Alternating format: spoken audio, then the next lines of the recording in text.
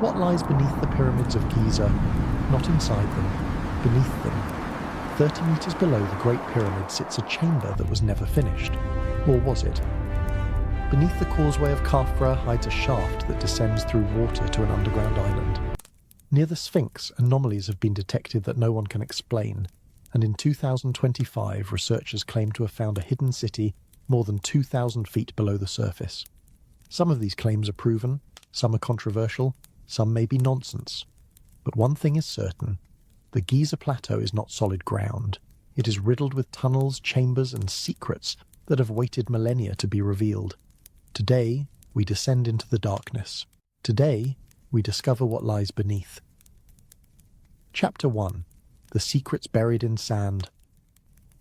But before we begin, do not forget to subscribe, and if you truly enjoy these videos, please leave a like. Let us begin. The Giza Plateau, Egypt. A place where the ancient world still refuses to give up its dead. 3 pyramids stand against the African sky, monuments to pharaohs who ruled more than 4,500 years ago. Tourists arrive by the millions, cameras flash, guides recite familiar facts. The Great Pyramid of Khufu, the Pyramid of Khafra, the smaller Pyramid of Menkaure, and of course the Sphinx, that half-human, half-lion guardian crouching in the sand. But here is what the tourist brochures do not tell you, what the guides gloss over, what Egyptologists have debated in whispers for more than a century. There is another world beneath these monuments, a world of tunnels, shafts, chambers, and voids, a world that modern technology is only now beginning to reveal, a world that ancient writers described in detail, yet scholars dismissed as legend for hundreds of years, until the legend started proving true. March 22nd, 2025. A team of Italian researchers stands before a crowd of 1,000 delegates at a press conference in Cairo. They have news. Not the usual archaeological find, not another tomb of a minor official, not another fragment of pottery. They claim to have detected something unprecedented. Using satellite-based synthetic aperture radar technology, combined with artificial intelligence, they say they have found evidence of massive underground structures beneath the Khafra pyramid. Not small chambers, not modest tunnels. They speak of 8 enormous cylindrical shafts descending deep into the earth. They speak of spiral pathways surrounding these shafts. They speak of a network extending more than 2,000 feet below the surface. They speak of a hidden city. The scientific community erupts. Some call it the discovery of the century. Others call it nonsense. Egyptologist Zahi Hawass, the former Minister of Antiquities who has spent his life studying these monuments, issues a blistering response. The Egyptian government distances itself from the claims. Radar specialists from American universities question whether any technology can penetrate that deep through solid rock. The debate rages. But here is the interesting part. This is not the first time someone has claimed to find hidden structures beneath Giza. It is not even the 10th time. For as long as humans have wondered about the pyramids, they have wondered what lies beneath them. And the strangest part of all is this. Some of those claims have turned out to be true. Let us start with what we know for certain. The Great Pyramid of Khufu is not simply a massive pile of limestone blocks. It contains chambers. It contains passages. It contains shafts that burrow through its interior like veins through a body. The ancient builders, whoever they were, did not simply stack stones. They created an internal architecture of stunning complexity. At the base of the pyramid, roughly 27 meters below ground level, carved directly into the bedrock of the Giza Plateau, sits the subterranean chamber. This is not a myth. This is not speculation. You can walk down there yourself, though the Egyptian authorities rarely allow it. The chamber measures approximately 14 meters by 8 meters. Its ceiling is rough-hewn limestone. Its floor is unfinished, churned into strange shapes that have puzzled researchers for generations. The traditional explanation goes something like this. The pharaoh Khufu originally planned to be buried deep in the bedrock, following the tradition of earlier pyramids. Workers began carving out a burial chamber beneath the monument. Then something changed. Perhaps Khufu changed his mind. Perhaps the architects developed a better plan. Whatever the reason, the subterranean chamber was abandoned. The workers stopped digging. The king decided to be buried higher up, in what we now call the king's chamber. deep within the pyramid itself. That is the official story. It is clean. It is logical. It fits the narrative of a straightforward tomb built for a single purpose. But look closer at that subterranean chamber, and the story starts to fray at the edges. The floor of the chamber is not simply unfinished. It is carved into deliberate shapes. 2 mounds rise from the bedrock, separated by a trench. A deep pit has been cut into the eastern section. A narrow passage extends south from the chamber wall, running for about 16 meters before ending abruptly in a blank wall. Another shaft drops down from the floor, filled with rubble and debris. Here is what gets interesting. The Greek historian Herodotus visited Egypt around 500 BC, more than 2,000 years after the pyramids were built. He wrote that Pharaoh Khufu was buried on an island, surrounded by water, in a chamber deep beneath the pyramid. For centuries, scholars dismissed this account. Herodotus was wrong, they said. He was repeating tourist guide stories. He never saw the actual burial and admitted as much. But then look at that subterranean chamber again. 2 mounds. Trench between them. The possibility of water once filling that space. Some researchers now argue that Herodotus was describing exactly what he heard, and what he heard contained a kernel of truth. The chamber may have been designed to symbolize something far more complex than a simple abandoned construction project.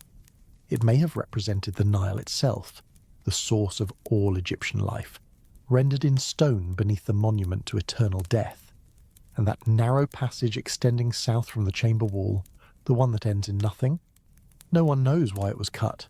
No one knows where it was supposed to lead. Some say the workers simply stopped when they realized the chamber was being abandoned. Others say there may be something beyond that blank wall, something never found. The subterranean chamber is just the beginning. Above it, inside the pyramid proper, other chambers wait. The Queen's Chamber, misnamed by early Arab explorers who assumed a smaller chamber must belong to a wife. The Grand Gallery, that soaring corbelled passage rising at a steep angle through the heart of the monument. The King's Chamber, with its massive granite sarcophagus, empty since antiquity. The so-called air shafts, narrow channels extending outward from the chambers toward the exterior walls, their true purpose still debated. But what else hides inside those 2.3 million limestone blocks? What else waits in the darkness, undetected for millennia? In 2016, a team of international researchers called Scan Pyramids made an announcement that would change our understanding of the Great Pyramid forever. Using a technology called muon tomography, which detects cosmic ray particles as they pass through solid structures, they discovered something massive, a void, an empty space roughly 30 meters long, located directly above the Grand Gallery. They called it the Big Void. This was not a small discovery. This was not a minor crack in the masonry. This was a space the size of a commercial airplane, hidden inside the world's most studied ancient monument, undetected until the second decade of the 21st century. The reaction was predictable. Excitement from some quarters, skepticism from others. Zahi Hawass dismissed the finding as meaningless, arguing that such voids are common in pyramid construction and represent nothing more than empty spaces left during the building process. Other researchers disagreed. They pointed out that the void is too large, too deliberately positioned, too aligned with the pyramid's internal architecture to be accidental. The debate continues to this day. What is the Big Void? Is it a hidden chamber? Perhaps the true burial place of Khufu still waiting to be discovered? Is it a construction gap, an architectural necessity that served no ritual purpose? Is it something else entirely, something we do not yet have the conceptual framework to understand? And this is just the Great Pyramid. Walk a few hundred meters to the southwest. Cross the stone causeway that once connected the temple complex. Stop at an unremarkable spot in the pavement, a place tourists walk past every single day without a second glance. Here, hidden beneath the stones, lies the entrance to something extraordinary. They call it the Osiris Shaft. Named for the Egyptian god of the underworld, this vertical tunnel plunges through 3 distinct levels, each stranger than the last. The shaft was known in antiquity. Giovanni Caviglia, an Italian sea captain turned excavator, descended into its upper levels in the 1830s. But for decades, water filled the lower chambers, making full exploration impossible, Then, in 1999, Zahi Hawass led a team to pump out the water and investigate what lay at the bottom. What they found was remarkable. Nearly 30 metres below the surface of the plateau, cut into the living bedrock, a chamber unlike any other. A rectangular stone platform surrounded by water on all sides, an island in the darkness, and on that island an enormous granite sarcophagus. Herodotus had written about exactly this: an island, water, a sarcophagus. 2,500 years later it turned out he was right. But what is the Osiris shaft? Who built it? When? The artifacts found in its chambers date to roughly 500 BC, nearly 2,000 years after Khufu. Yet the construction technique of the shaft itself suggests far greater antiquity.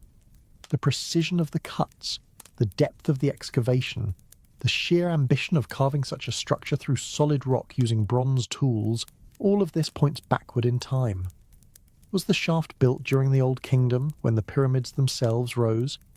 Was it added later by devotees of Osiris, creating a symbolic tomb for the Lord of the Underworld? Did earlier, undiscovered chambers exist even deeper, now lost to groundwater and time? The answers are not forthcoming. The Egyptian government has restricted access to the shaft. Research has slowed. The water has risen again in recent years, reclaiming the lowest chamber. But the shaft is there. The sarcophagus is there. The mystery remains. And it is far from the only mystery beneath this plateau. In May of 2024, a team of Japanese and Egyptian researchers published findings that sent ripples through the archaeological community. Using ground-penetrating radar and electrical resistivity tomography, they had surveyed an unexcavated area of the Western Cemetery, the ancient burial ground stretching west of the Great Pyramid. This cemetery contains hundreds of mastabas, the flat-roofed tomb structures that house the bodies of nobles and officials.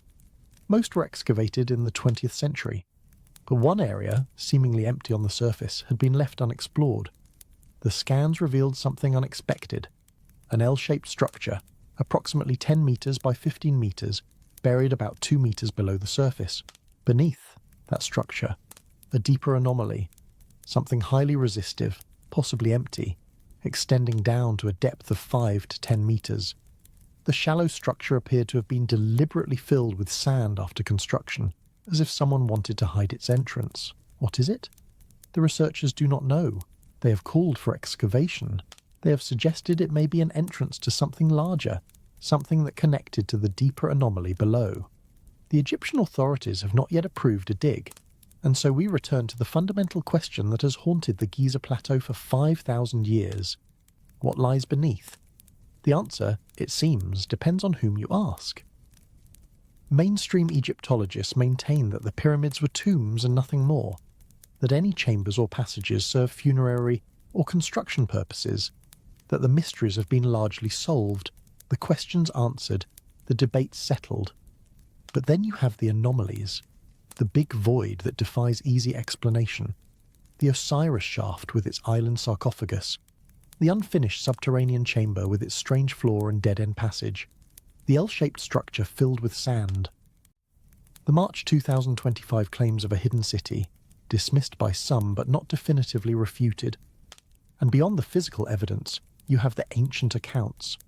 Herodotus describing water-filled chambers, Strabo writing of labyrinthine passages, medieval Islamic legends insisting on underground tunnels connecting all 3 pyramids, the psychic Edgar Cayce predicting a hall of records beneath the Sphinx, supposedly containing the wisdom of Atlantis.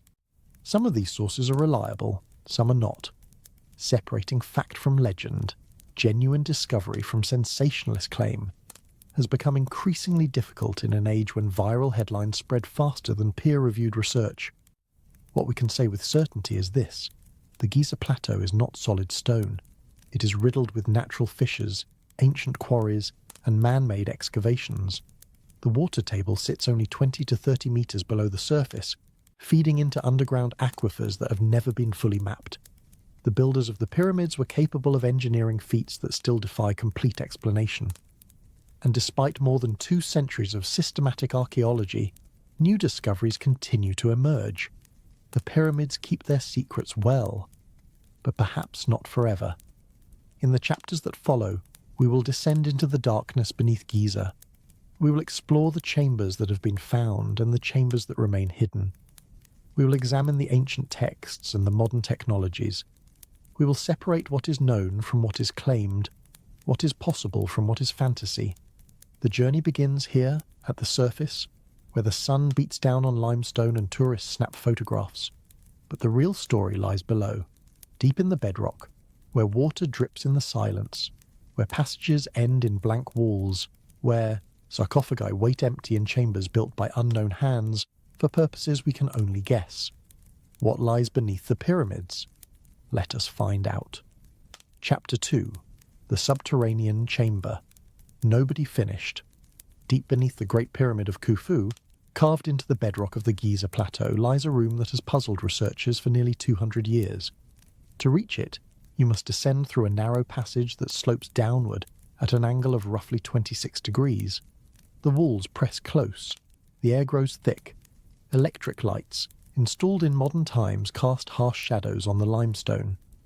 After approximately 100 meters, the passage levels out and opens into darkness. You've arrived at the subterranean chamber. The first modern explorer to document this space was Giovanni Caviglia, an Italian ship captain who had developed an obsession with the pyramids. In 1817, Caviglia cleared the rubble that had blocked the descending passage for centuries and pushed through to the chamber below. What he found was not a treasure vault. It was not a gleaming tomb filled with gold and jewels. It was a rough-hewn cave, half-finished, abandoned in what appeared to be the middle of construction. The chamber measures approximately 14 meters from east to west, and 8 meters from north to south. The ceiling is relatively flat, smooth in places, showing the marks of ancient tools. But the floor is something else entirely. The floor looks like a frozen sea. Mounds of uncut rock rise in some areas. Deep trenches cut through others. A pit near the eastern wall drops into darkness, filled now with rubble from explorers who came before. The traditional explanation for this chamber is straightforward. When Pharaoh Khufu began construction of his pyramid around 2580 BC, his architects planned to follow the model of earlier royal burials. The king would be interred deep in the bedrock, beneath the monument, safe from tomb robbers who might breach the upper structure. Workers began carving the subterranean chamber accordingly. They cut the descending passage from the north face of the pyramid. They excavated a large space in the rock below. Then something changed. Perhaps Khufu decided he wanted to be buried higher up, closer to the sky, closer to the gods. Perhaps his architects developed the revolutionary idea of building chambers within the pyramid itself, something never attempted on this scale before. Perhaps there were structural concerns about the stability of the underground site. Whatever the reason, the subterranean chamber was abandoned. Work stopped mid-carving. The workers moved upward to begin excavating what would become the Queen's Chamber and eventually the King's Chamber. This is a clean explanation. It fits the archaeological evidence as traditionally interpreted. It makes sense, but there are problems. The first problem is the floor itself. If the chamber was simply abandoned mid-construction, you would expect to see the kind of random mess that appears when workers walk away from a job. Piles of rubble, scattered tools, the marks of hasty departure. What you actually see in the subterranean chamber is something different. The uneven floor appears deliberate. The two mounds on the western side are roughly symmetrical. The trench between them is cut in a consistent pattern. The overall shape, if you look at it from above, resembles something. Some researchers have suggested it resembles the Nile Valley. Think about that for a moment. The ancient Egyptians built their entire civilization along the banks of a single river. The Nile was life itself. Its annual floods deposited the fertile soil that made agriculture possible. Its waters provided transportation and irrigation. Temples were built along its banks. The dead were buried to the west, where the sun set over the desert. The living dwelt to the east, where the sun rose over cultivated fields. What if the subterranean chamber was not unfinished but completed exactly as intended? What if the strange floor was carved to represent the Egyptian world itself, with the two mounds symbolizing the eastern and western banks of the Nile and the trench between them representing the river? What if this was not a failed burial chamber but a ritual space, a symbolic recreation of the land of the living beneath the monument to eternal death. This theory remains controversial. Many Egyptologists dismiss it, but it gains support from an unexpected source. The Greek historian Herodotus.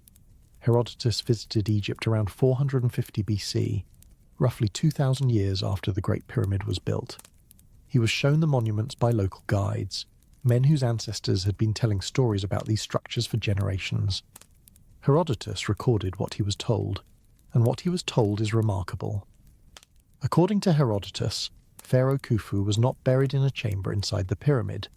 He was buried in a chamber beneath the pyramid, on an island surrounded by water. The water was brought through underground channels connected to the Nile. The king rested eternally in a symbolic river, as his kingdom had rested along the real river above. For centuries, scholars dismissed this account. Herodotus never claimed to have seen the underground chamber himself. He admitted that the Egyptian priests refused to let him descend. He was repeating hearsay, tourist gossip, the exaggerated tales of guides seeking tips from gullible Greeks. But look again at that subterranean chamber, the two mounds, the trench, the pit near the eastern wall that might once have held water, that even today shows signs of past flooding from the water table below. What if Herodotus was right? The chamber itself is not the only mystery. Extending south from the southern wall is a passage that appears to go nowhere. This corridor runs for approximately 16 meters, straight into the bedrock, before ending abruptly in a blank wall. Why? Was it cut? Where was it supposed to lead? Some researchers have speculated that workers intended to carve a second chamber beyond the first, perhaps a storage room for funerary goods or a subsidiary burial for a queen. When the project was abandoned, so was this extension. The passage simply stops because the workers stopped. But others have raised a different possibility. What if the passage does not actually end? What if there is something beyond that blank wall, something that has never been breached? In 1992, a German robotics engineer named Rudolf Gantenbrink sent a small robot into one of the narrow air shafts extending from the Queen's chamber. The robot, called Upuaut after the Egyptian opener of the ways, crawled nearly 65 meters into the shaft before encountering a small door made of limestone, complete with 2 copper handles. The discovery caused a sensation. What lay behind the door? A hidden chamber? Treasure? The final resting place of Khufu himself? Subsequent expeditions drilled through the door and found another small chamber, and beyond it another blocking stone. The mystery deepened rather than resolved. The shafts, originally thought to be simple ventilation channels, clearly served a more complex purpose, but what that purpose was remains unknown. Could something similar exist beyond the blank wall at the end of the subterranean passage? Could there be a sealed door, a hidden chamber, a continuation of the tunnel that has never been explored? The Egyptian authorities have not authorized drilling. Ground-penetrating radar has not been deployed in the chamber with sufficient resolution to answer the question. The mystery remains. And then there is the pit. Near the eastern wall of the subterranean chamber, a square shaft drops down into darkness. The pit is roughly 4 meters deep, though the exact depth is difficult to determine because the bottom is filled with rubble and debris from nearly 2 centuries of exploration. In the 1830s, Colonel Howard Vyse, a British Army officer who had inherited Caviglia's obsession with the pyramids, ordered the pit cleared. His workers dug down through the debris, expecting to find something significant. They found more rock. Or did they?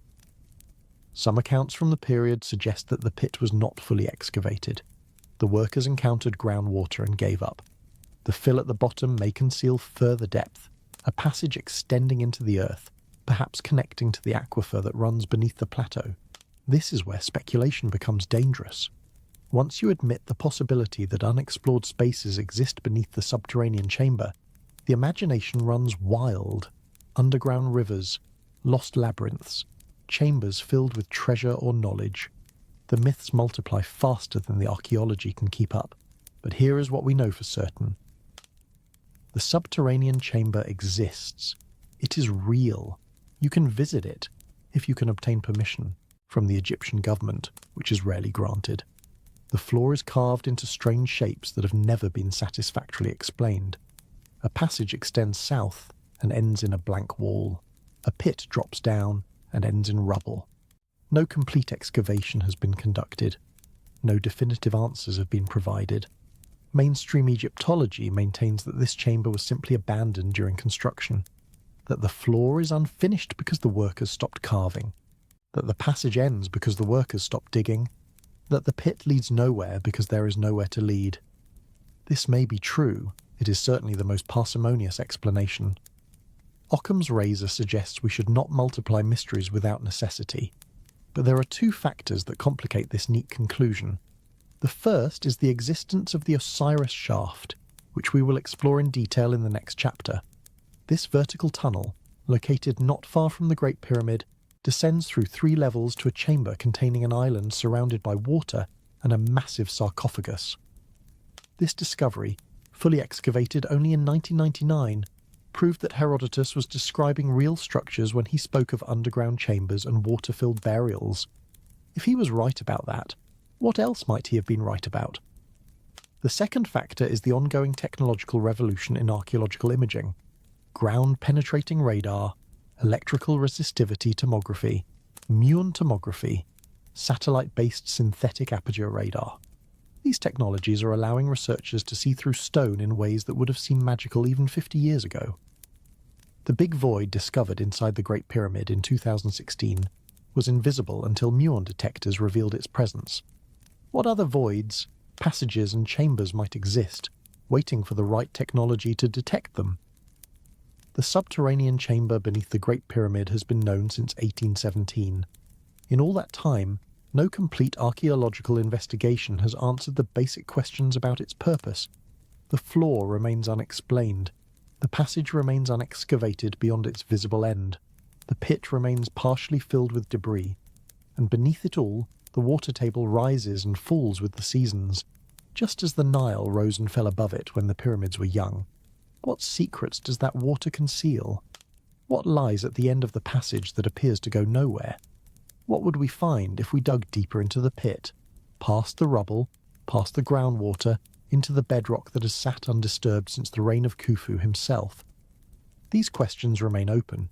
They may remain open for decades more, depending on the decisions of the Egyptian government and the availability of funding for research. But the subterranean chamber waits. It has waited for 4,500 years. It can wait a while longer.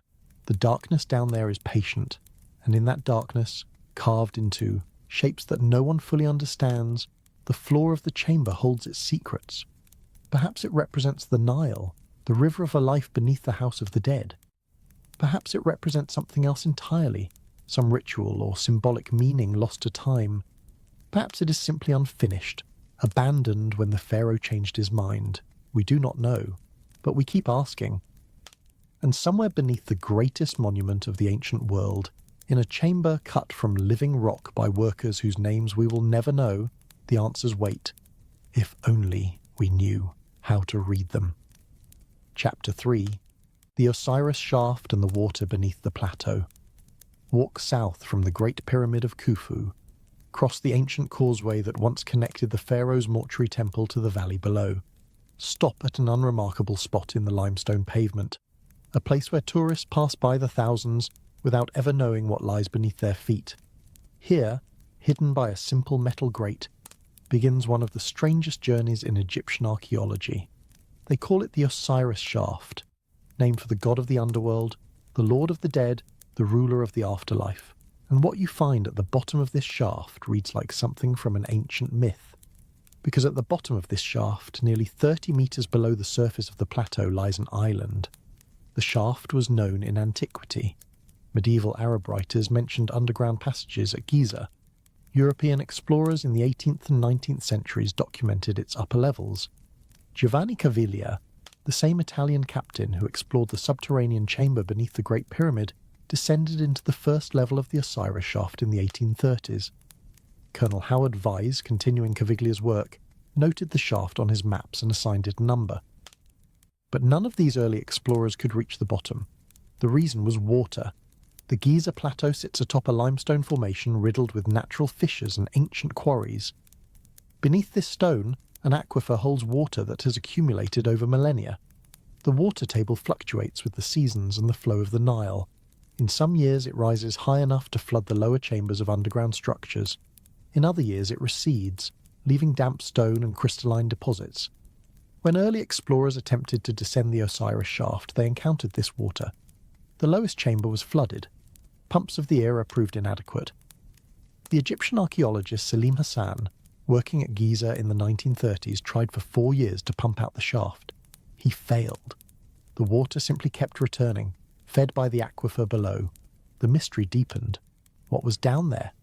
Why had the ancient Egyptians carved such an elaborate shaft if it was just going to flood? Was there something at the bottom worth finding? The answers would have to wait another 60 years. In 1999, Zahi Hawass, then Director General of the Giza Pyramids, assembled a team to finally excavate the Osiris shaft to its lowest level. Modern pumping technology had improved. The water table had dropped in recent decades, partly due to changes in Nile management after the construction of the Aswan High Dam. For the first time in recorded history, a full scientific excavation of the shaft became possible. What Hawass and his team discovered would vindicate an ancient historian who had been dismissed as a fantasist for centuries. The Osiris shaft descends through 3 distinct levels. The first level lies about 10 meters below the surface. Here, the shaft opens into a small chamber containing 6 carved niches, spaces cut into the rock for purposes that remain unclear. Pottery fragments and human bones were found at this level, dated through stylistic analysis to roughly 500 BC, nearly 2,000 years after the pyramids were built. This level appears to have been used during the late period of Egyptian history, long after the Old Kingdom that produced the great monuments above. But the shaft continues down. The second level lies at approximately 20 meters depth. Here, the excavators found a larger chamber with more niches. 2 massive granite sarcophagi occupied this level, empty but impressive. More pottery, more bones, more evidence of activity during the late period. The second level was clearly important to someone, enough to warrant the carving of heavy stone coffins and the transport of bodies down a narrow vertical shaft. But the shaft continues down. The third level lies at approximately 30 meters below the surface, and this is where the story becomes extraordinary. To reach the third level, the excavators had to pump out water that had accumulated for millennia. The pumps ran constantly. The water kept rising, fed by the aquifer, but eventually they succeeded, and what they found was unlike anything else at Giza. The third level is a rectangular chamber, roughly 9 meters by 9 meters, carved from solid bedrock. In the center of this chamber rises a stone platform also carved from the bedrock, leaving a channel of water surrounding it on all sides, an island. And on that island sits a massive granite sarcophagus, weighing between 10 and 15 tons, empty but intact. An island, surrounded by water, with a sarcophagus at its center. This is exactly what Herodotus described. 2,500 years ago, the Greek historian wrote that Pharaoh Khufu was buried in a chamber beneath the pyramid, on an island surrounded by water brought through underground channels from the Nile. Scholars had dismissed this account for centuries. Herodotus was wrong, they said. He was repeating tall tales. He never saw what he described. But here it was, an underground island, surrounded by water, with a stone coffin waiting for a body. Now, to be clear, the Osiris shaft is not directly beneath the Great Pyramid. It is located near the causeway of the Pyramid of Khafra, several hundred meters from Khufu's monument. The sarcophagus does not contain the remains of Khufu. The chamber appears to date, at least in its current form, to the late period, long after the pyramid builders. But this raises more questions than it answers. Did the ancient Egyptians of the late period create this elaborate structure as a symbolic tomb for Osiris, inspired by older legends about underground burials at Giza? Or did they excavate and expand an older structure, one that dated back to the Pyramid Age itself? Zahi Hawass found hieroglyphic inscriptions in the chamber. One symbol, carved into the floor, spelled the word Per, meaning house. The Giza Plateau was known in ancient times as Per Usir Neb Rastor, the House of Osiris, Lord of Rastor. Rastor meant underground tunnels. The very name of the plateau acknowledged the existence of subterranean passages. Hawass concluded that the Osiris shaft was a symbolic tomb, created during the late period as a place to worship Osiris as the ruler of the underworld. The island, the water, the sarcophagus, all of it served ritual purposes rather than actual burial. But not everyone agrees with this interpretation. Some researchers point out that the construction technique of the deepest chamber differs from late period work. The precision of the cuts, the ambition of the design, the sheer difficulty of carving such a space 30 metres below ground all suggest greater antiquity. Could the core structure date to the Old Kingdom, with later Egyptians merely reusing and expanding it? And then there is the question of the water itself. The aquifer beneath Giza is not a modern phenomenon. It existed 4,500 years ago, when the pyramids were built. The ancient engineers would have known about it. They would have encountered it when quarrying limestone. They would have understood how the water table rose and fell with the seasons. What if they incorporated this water into their designs deliberately?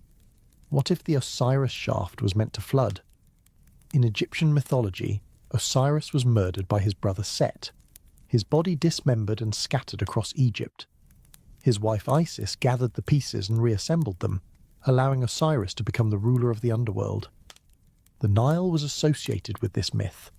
The annual flooding of the river represented the resurrection of Osiris, the return of life to the land. An underground chamber that flooded naturally, creating an island around a sarcophagus, would have been a powerful symbol of this myth. The water would rise and fall with the seasons, just as Osiris died and was reborn. The chamber would have been a physical manifestation of eternal cycles, death and resurrection rendered in the stone and water. This is speculation. We cannot prove that the ancient builders intended such symbolism, but we can say that the Osiris shaft exists, that it contains an island surrounded by water, and that Herodotus described exactly this configuration 2,500 years ago. What else did he describe that we have not yet found? The Osiris shaft is not the only evidence of underground water systems at Giza. The entire plateau is riddled with wells, cisterns and channels that have never been fully mapped. Some appear to date to the Old Kingdom, others were cut later. The relationships between these water features and the monuments above remain poorly understood. Recent research has suggested that the pyramid builders may have used water extensively in their construction methods.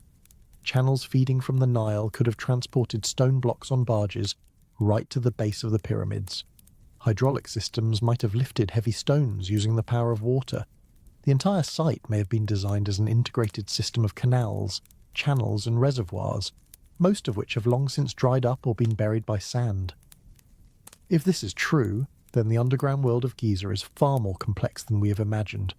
The shafts and tunnels we have found may be only a small fraction of what exists.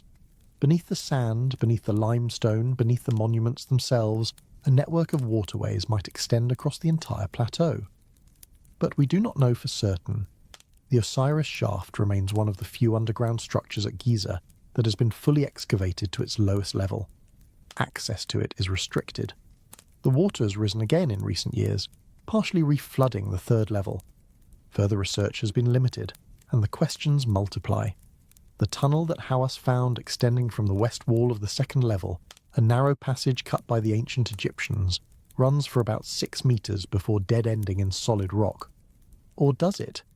The excavator sent a boy through the tunnel because adults could not fit. He reported that it simply stopped. But was this the original terminus, or had the passage been blocked at some point?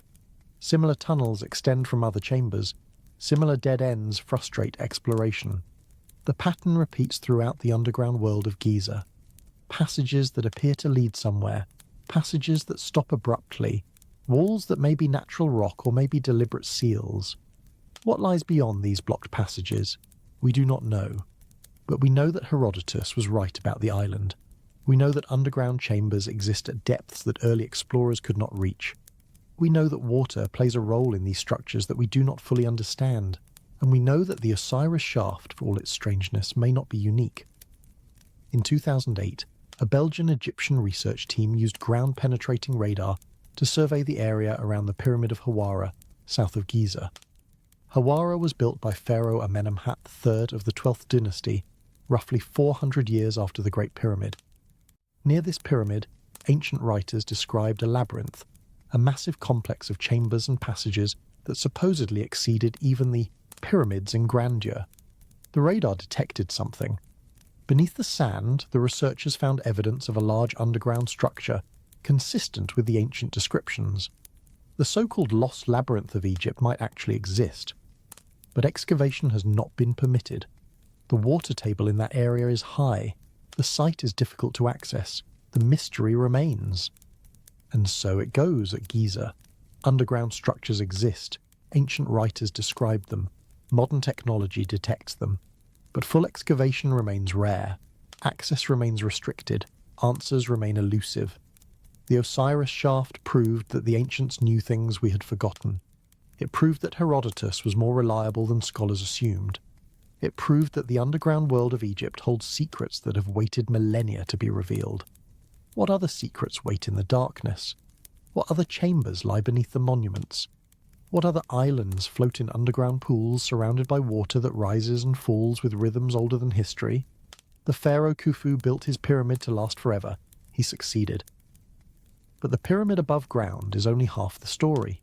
Beneath it, beneath the plateau, beneath the sand and limestone, another world exists. A world of water and darkness. A world ruled by Osiris. A world we have only begun to explore. Chapter 4. The Big Void That Changed Everything, November 2nd, 2017. A date that will be remembered in the history of Egyptology. A date when modern physics reached into the heart of an ancient monument and revealed something that had been hidden for 4,500 years. The announcement came from an international team of researchers called Scan Pyramids. Their finding was published in Nature, one of the most prestigious scientific journals in the world. The headline seemed almost unbelievable. A void, a massive empty space, hidden inside the Great Pyramid of Khufu, invisible to the naked eye, undetectable by conventional exploration, revealed only through the magic of particle physics. They called it the Big Void. To understand how this discovery was made, you need to understand a technology that sounds like science fiction. Muon tomography, the detection of subatomic particles created when cosmic rays strike the upper atmosphere. These particles, called muons, rain down on Earth constantly. Millions of them pass through your body every day without you noticing. They are harmless, they are invisible, and they pass through solid matter almost as easily as light passes through glass. Almost. When muons travel through dense material like stone, some of them are absorbed. The denser the material, the more muons get stopped. If you place a detector beneath a solid structure and count the muons arriving from different directions, you can create an image of the density above. Areas with more muons reaching the detector are less dense. Areas with fewer muons are more dense. In other words, muon tomography lets you see through stone. The technique was first used at Giza in 1968 by the Nobel Prize-winning physicist Luis Alvarez.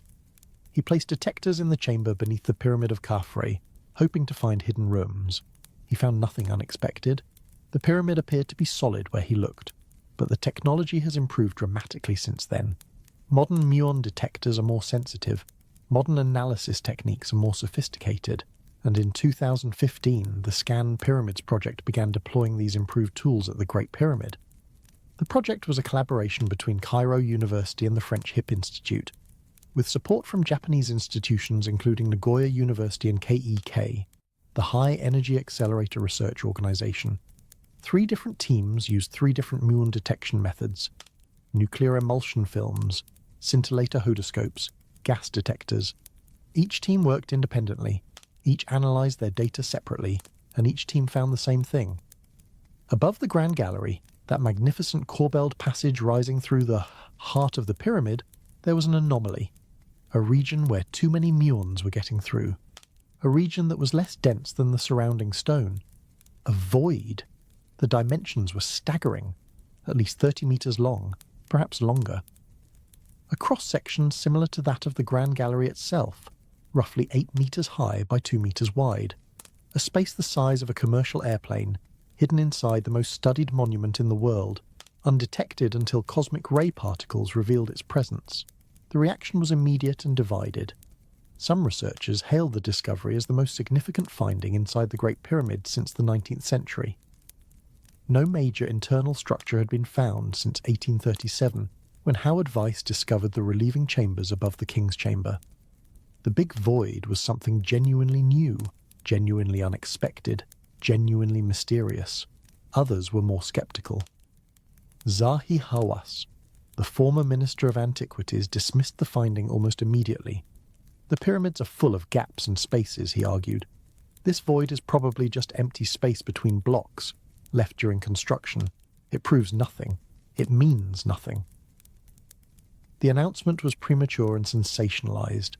The truth, as often happens, lies somewhere in between. The void is real.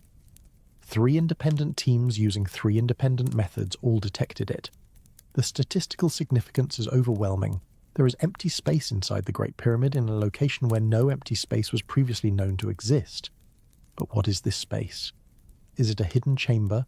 Perhaps the true burial place of Khufu, waiting to be opened after millennia of concealment?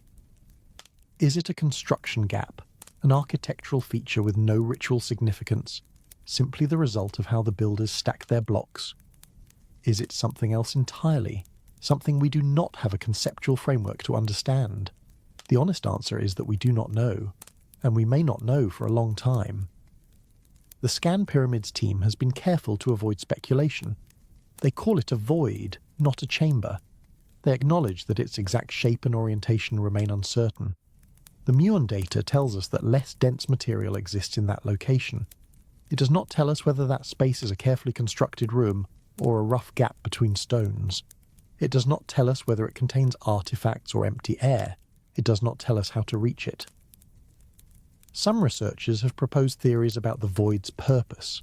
Kate Spence, an Egyptologist at the University of Cambridge, suggested that the void might be a remnant of internal ramps used during construction.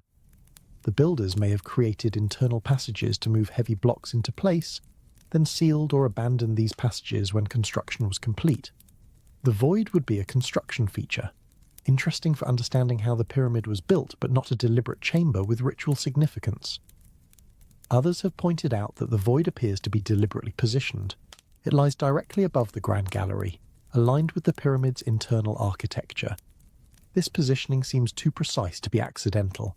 If the builders wanted to leave empty space for construction purposes, why place it so carefully in relation to the known chambers? Japanese physicist Kunihiro Morishima, who led one of the detection teams, has emphasized that additional scanning is needed from different angles to determine the void's exact shape. Is it horizontal, like a corridor? Is it inclined, like the Grand Gallery below it? Is it a single space or multiple separate voids? The current data cannot answer these questions definitively. And then there is the question of access. The void appears to be sealed. There are no known passages leading to it. If it is a hidden chamber containing artifacts or remains, those contents have been sealed inside for more than 4,000 years. Opening such a space would require drilling through stone, potentially damaging the pyramid itself. The Egyptian government has been cautious about allowing invasive exploration. The pyramids are national treasures, UNESCO World Heritage Sites, symbols of Egyptian identity and pride. Drilling holes in search of unknown chambers carries risks. What if the drilling destabilizes the structure? What if it damages something irreplaceable? What if the void turns out to be empty after all? The debate continues. Meanwhile, the Scan Pyramids project has made other discoveries that received less attention but may prove equally significant. In 2016, before announcing the Big Void, the team detected another anomaly. This one was located behind the chevron structure on the pyramid's north face, just above the original entrance. The chevrons are massive limestone blocks arranged in an inverted V shape, designed to distribute weight away from the passage below. Behind these chevrons, the muon data showed empty space. The team continued scanning. In 2019, they placed new detectors in the descending corridor and in a tunnel dug by Arab explorers in the 9th century. The data accumulated. The picture sharpened. In March 2023, the team published their findings. The void behind the chevrons was not just a gap, it was a corridor. A deliberately constructed passage approximately 9 meters long, 2 meters wide and 2 meters high. Using an endoscope, a tiny camera inserted through a small drill hole, the researchers captured images of the interior. The images showed a corridor with a gabled ceiling following the angle of the chevrons above. The walls were roughly finished. The floor was clean. No artifacts were visible. The passage appeared to have been sealed since the pyramid was completed. What is this corridor for? Where does it lead? Some researchers suggest it was designed to relieve weight on the original entrance passage below. The descending corridor burrows through the pyramid at an angle, and the stones above it must bear enormous pressure. A void above the entrance would redistribute this load, preventing collapse. Others note that the corridor appears to continue beyond what the endoscope could see. The back wall of the visible space may not be the end. There may be more passage beyond. There may be a chamber. Zahi Hawass, despite his initial skepticism about the big void, expressed cautious interest in the corridor discovery. It could lead to something important, he acknowledged. It could lead to the real burial chamber of Khufu, if such a chamber exists apart from the known king's chamber. Or it could lead to nothing. Another construction feature. Another dead end. Another mystery that raises more questions than it answers. This is the frustrating reality of pyramid research in the 21st century. We have technologies that can see through stone. We have detected voids that no previous explorer knew existed. But seeing is not the same as understanding. Detection is not the same as excavation. The big void has been known for 8 years now. No one has entered it. No one knows what it contains. No one has proposed a plan for exploration that satisfies both scientific curiosity and preservation concerns. The corridor behind the chevrons has been imaged. We have photographs of its interior, but we do not know where it leads. We do not know if it connects to other passages. We do not know its purpose, and meanwhile, more anomalies keep appearing. In May 2024, Japanese and Egyptian researchers announced the detection of an L-shaped structure buried in the Western Cemetery near the Great Pyramid. Ground-penetrating radar and electrical resistivity tomography revealed a shallow structure filled with sand and a deeper anomaly beneath it. Another void. Another mystery. The pattern repeats. We detect, we announce, we speculate, we wait. But the waiting cannot last forever. The technologies are improving. The pressure for answers is growing. The next generation of muon detectors will be more sensitive than anything used before. The next generation of imaging techniques will reveal finer details. Someday, someone will drill into the big void. Someday, cameras will show us what lies inside. Someday, the questions that began in 2017 will finally have answers. Until then, the void waits. It has waited for 4,500 years. It can wait a little longer, but not forever. The cosmic rays keep falling. The muons keep counting. The data keeps accumulating. Somewhere inside the greatest monument ever built by human hands, an empty space holds its secrets, and slowly, particle by particle, the truth emerges from the stone. Chapter 5. Herodotus and the Lost Labyrinth. 2,500 years ago, a Greek traveller arrived in Egypt. His name was Herodotus. He came from Halicarnassus, a city on the coast of what is now Turkey. He was curious. He asked questions. He wrote down what he learned. And the book he produced, called the Histories, became one of the foundational texts of Western civilization. Herodotus visited the pyramids of Giza. He marvelled at their size. He recorded the stories told by Egyptian priests and local guides, and he described things that scholars would dismiss as fantasy for more than 2,000 years. Underground chambers beneath the pyramids, water channels connecting to the Nile, an island where the pharaoh was buried, surrounded by a moat. We have already seen how the Osiris shaft vindicated part of this account. An underground island surrounded by water does exist at Giza. Herodotus was not simply making things up, but Herodotus described something else, something even more spectacular, something that, if it exists, would dwarf every other discovery in the history of Egyptian archaeology. He called it the Labyrinth. According to Herodotus, the labyrinth was located south of the Giza Plateau, near a place called the City of Crocodiles. It was built by 12 kings of Egypt, working together, and it was more impressive than the pyramids themselves. His description is worth quoting at length, or rather paraphrasing in modern terms. The labyrinth had 12 roofed courts, with gates facing each other, 6 facing north and 6 facing south, all enclosed within a single outer wall. Inside were 2 kinds of chambers, one set above ground and one set below, 3,000 in number, 1,500 of each kind. Herodotus claimed to have walked through the upper chambers himself. He described the passages winding through courts and colonnades, from apartments to galleries and back again, an endless complexity that filled him with wonder. But the underground chambers he was not permitted to see. The Egyptian priests told him that the lower chambers contained the tombs of the kings who built the labyrinth and the tombs of sacred crocodiles. They refused to let him descend. The underground levels were forbidden to outsiders. Herodotus was not the only ancient writer to describe this structure. Strabo, the Greek geographer who visited Egypt in the 1st century BC, also wrote about the labyrinth. He described hidden chambers before the entrances, long passages twisting and turning through one another, so complex that no stranger could find the way in or out without a guide. Diodorus Siculus, another Greek historian, called the labyrinth a work impossible to imitate in its ingenious design.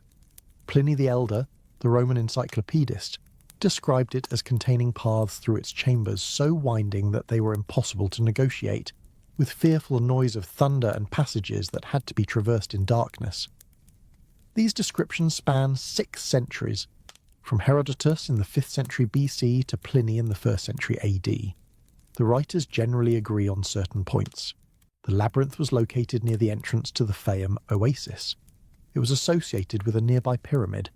It contained multiple levels, with upper chambers that visitors could see and lower chambers that were restricted. Its complexity was legendary. But where is the labyrinth today? For centuries, scholars assumed it had been destroyed. Egypt had been conquered repeatedly. Greeks, Romans, Persians, Arabs, Ottomans. Each wave of invaders had taken their toll on the ancient monuments. The labyrinth, if it ever existed, must have been dismantled for its stone, leaving no trace. This assumption began to change in the 19th century. In 1843, the Prussian Egyptologist Carl Richard Lepsius led an expedition to a site called Hawara, located south of the Giza Plateau near the entrance to the Fayum oasis.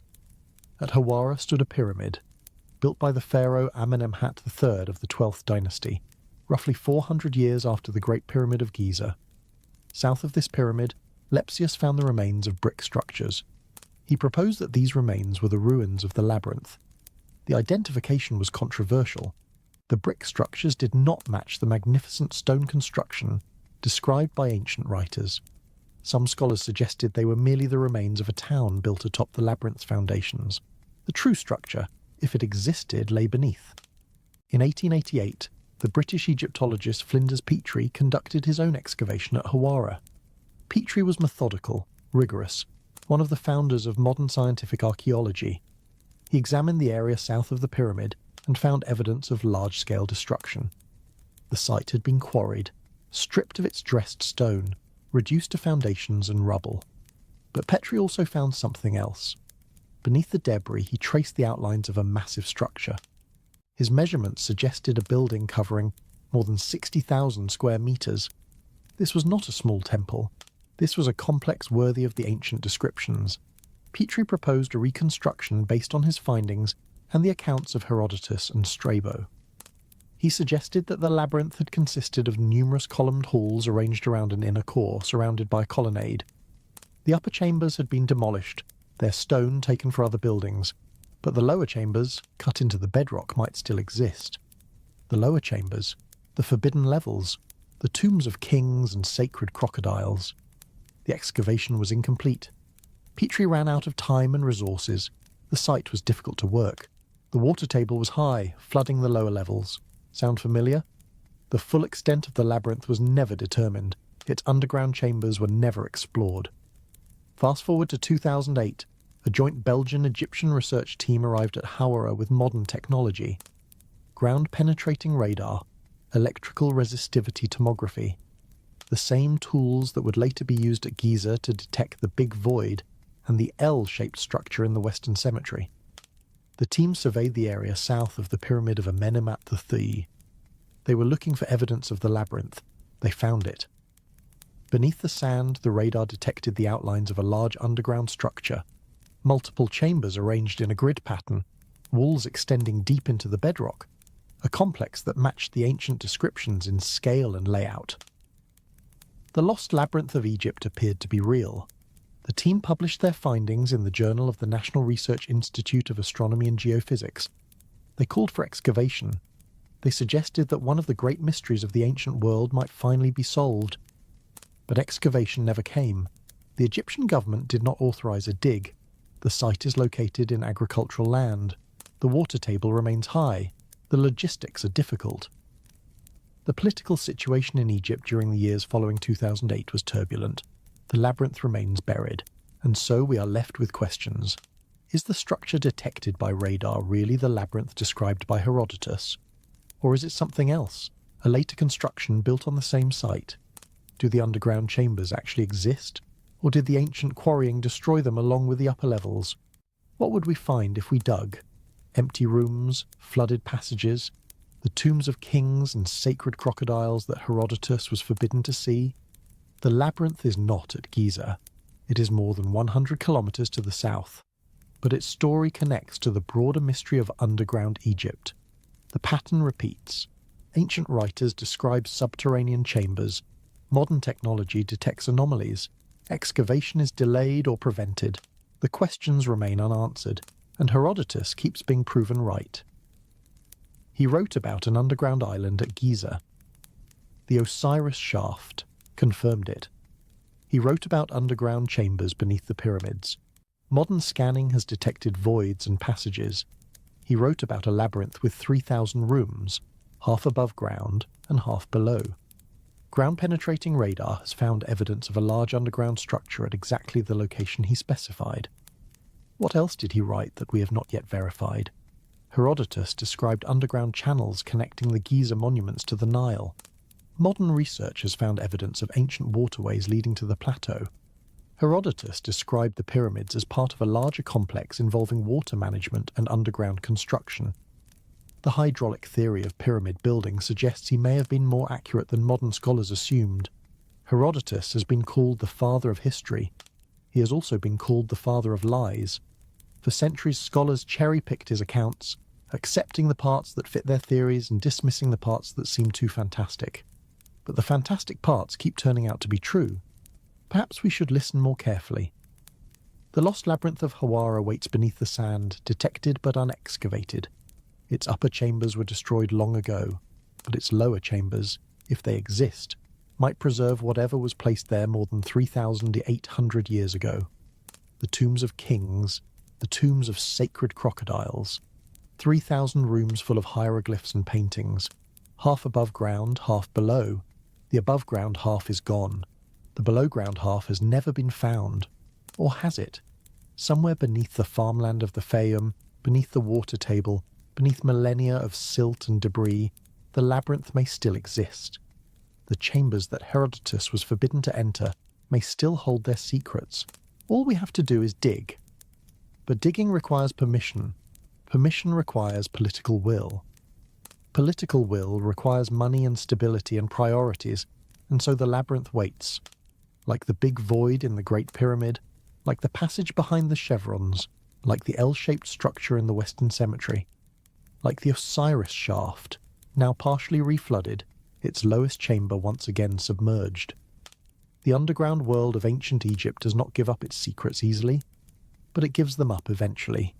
Herodotus wrote his account 2,500 years ago. We are still catching up. The island he described has been found. The labyrinth he described has been detected. What else waits to be discovered? What else did the ancient Egyptians build beneath the earth? What else have we forgotten? The answers are down there somewhere, in the darkness and the water and the stone. We just have to keep looking. Chapter 6. The Italian Controversy and the Hidden City claims March 22, 2025. Cairo, Egypt. A press conference unlike any other in the history of Egyptology. 1,000 delegates gathered in person. Thousands more watched the live stream on YouTube. The presenters were an Italian-Scottish research team led by Professor Corrado Malanga from the University of Pisa, Filippo Biondi from the University of Strathclyde in Glasgow, explorer Armando May, and communications head Nicole Ciccolo. Their claim was extraordinary. Using satellite-based synthetic aperture radar technology combined with artificial intelligence, they said they had detected a vast underground network beneath the Pyramid of Khafra at Giza. Not small chambers, not modest tunnels, a hidden city. The details were staggering. 8 massive cylindrical structures descending deep into the earth beneath the pyramid. spiral pathways surrounding each cylinder, winding down like corkscrews through the bedrock. 5 identical multi-level structures near the base of the pyramid, connected by geometric pathways. Channels resembling pipelines for a water system. All of this extending more than 2,000 feet below the surface. 2,000 feet. More than 600 meters. Deeper than any known archaeological structure in Egypt. Deeper than most researchers believed radar technology could penetrate through solid rock. The team suggested that the legendary Hall of Records, a purported library of ancient wisdom described by mystics and alternative historians, could lie within this underground complex. They showed images. They presented data. They called for excavation to confirm their findings. When we magnify the images in the future, they said, we will reveal that beneath it lies what can only be described as a true underground city. The reaction was immediate and fierce. Zahi Hawass, the former Minister of Antiquities who has spent his career studying Giza, issued a blistering statement. The claims were nonsense, he said. The technology could not do what the researchers claimed. The Egyptian government had not authorized their work. Their findings were not peer-reviewed. Their methods were not validated. Other experts piled on. Professor Lawrence Conyers, a ground-penetrating radar specialist from the University of Denver, questioned whether any radar technology could penetrate to such extreme depths through the dense rock and sand of the Giza Plateau. Current ground-penetrating radar works well for shallow features, he noted, but its effectiveness diminishes significantly beyond a few meters in solid geological formations. 2,000 feet was far beyond any proven capability. The scientific community demanded peer review. Where was the published paper? Where was the methodology? Where was the data that other researchers could examine and replicate? The team had announced their findings through a press conference and a YouTube livestream, not through academic channels. No peer-reviewed paper had been submitted. No independent verification had been conducted. The claims were extraordinary, but the evidence was thin. And yet, this was not the first time the team had made such announcements. In October 2022, Biondi and Malanga had published research in the journal Remote Sensing, claiming to have found evidence of new structures inside the Pyramid of Khafre using similar satellite imaging methods. That paper had been peer-reviewed and published. It suggested that their techniques had some validity. But critics noted problems with even the earlier work. The tomographic images presented in the 2022 paper did not match known structures within the Great Pyramid. The researchers appeared to be highlighting arbitrary areas in their data, possibly interpreting patterns in noise as meaningful structures. The results had not been reproduced by other researchers. The 2025 claims went much further than the earlier work. They described structures of unprecedented scale at depths previously thought unreachable. They suggested a rewriting of Egyptian history. They promised to reveal secrets hidden for thousands of years. Extraordinary claims require extraordinary evidence. The evidence provided did not meet that standard. But here is where the story becomes complicated. The Italian team used a technique they called synthetic aperture radar Doppler tomography. This is not the same as conventional ground-penetrating radar. Synthetic aperture radar operates from satellites, using radio waves to image the Earth's surface and subsurface. By analysing Doppler shifts in the radar echoes caused by tiny vibrations and movements in the material, the researchers claim to be able to infer internal structures. The technique is used in other fields: volcano monitoring, nuclear site inspection, structural analysis of large buildings. It has legitimate scientific applications, but applying it to detect chambers 2,000 feet below the Giza Plateau pushes the technology far beyond its demonstrated capabilities. The rock is dense. The sand absorbs energy. The depths involved are extreme. No previous study has shown that satellite-based radar can image structures at such depths in such conditions.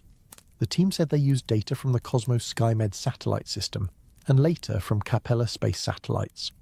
They said they employed artificial intelligence to identify underground structures from the data rather than relying solely on human interpretation. AI introduces additional complications. Machine learning systems can find patterns in noise. They can see structures that are not there. Without careful validation, AI analysis of ambiguous data can produce false positives that look convincing. The mainstream archaeological community remains skeptical. Most Egyptologists have dismissed the claims. The Egyptian government has not endorsed the research. No excavation has been authorized, but the controversy has not died. In June 2025, media reports emerged claiming that the team had detected a second hidden city beneath Giza. More structures, more chambers, more extraordinary claims without extraordinary evidence. The pattern is familiar. Sensational announcements, media coverage, scientific pushback, no resolution. And in the background, legitimate questions remain unanswered. Does something lie beneath the pyramids that we have not yet found? Almost certainly yes. The big void discovered by scan pyramids proves that unknown spaces exist within the monuments. The Osiris shaft proves that elaborate underground chambers were built at Giza. The L-shaped structure detected in the Western Cemetery proves that radar can find buried features that escaped earlier excavation. But does a vast underground city extend 2,000 feet below the Khafra pyramid? The evidence does not support this claim.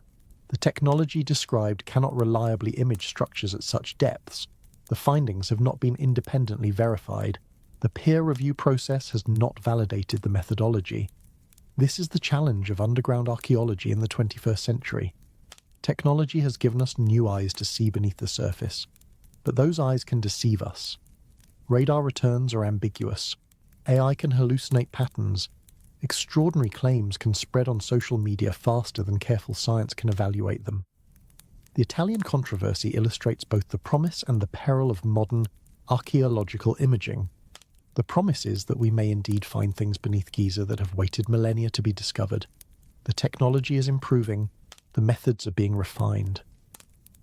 What was impossible yesterday may be possible tomorrow. The peril is that premature announcements, sensationalized claims, and inadequate methodology can discredit legitimate research and muddy the waters of genuine discovery.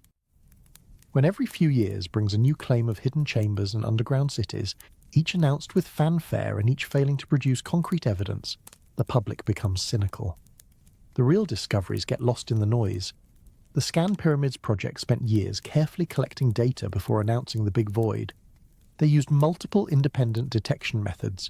They published in peer-reviewed journals. They acknowledged the limitations of their findings. They did not claim to know what the void contained or what its purpose was. The Italian team did the opposite. They announced extraordinary claims before peer review. They speculated about legendary lost libraries. They described structures that no other researcher has detected using any other method. Which approach will lead to genuine understanding? The answer seems obvious. But the sensational claims get the headlines. The careful science gets buried in academic journals. And the truth, whatever it may be, remains hidden beneath the sand. The Giza Plateau has been studied for more than 2 centuries. Every generation thinks it has finally solved the mysteries. Every generation is proven wrong by subsequent discoveries. Perhaps the Italian team has detected something real.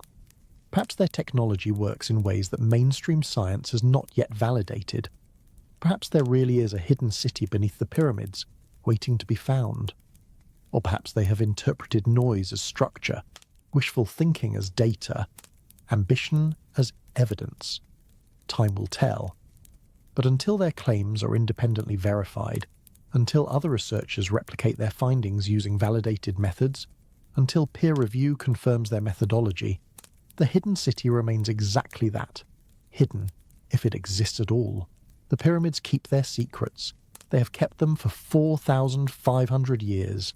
They will not give them up easily, no matter how sophisticated our technology becomes.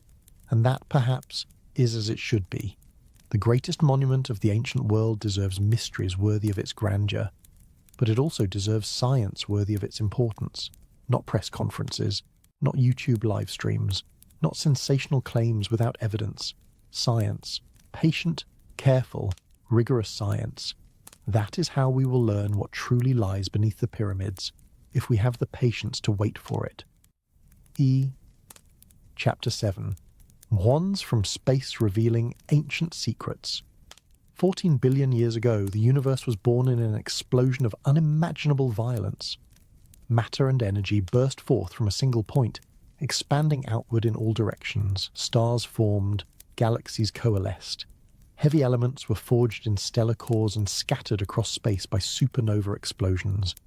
Some of those stars still burn today, far beyond our solar system, far beyond our galaxy, in distant regions of the cosmos we can barely imagine.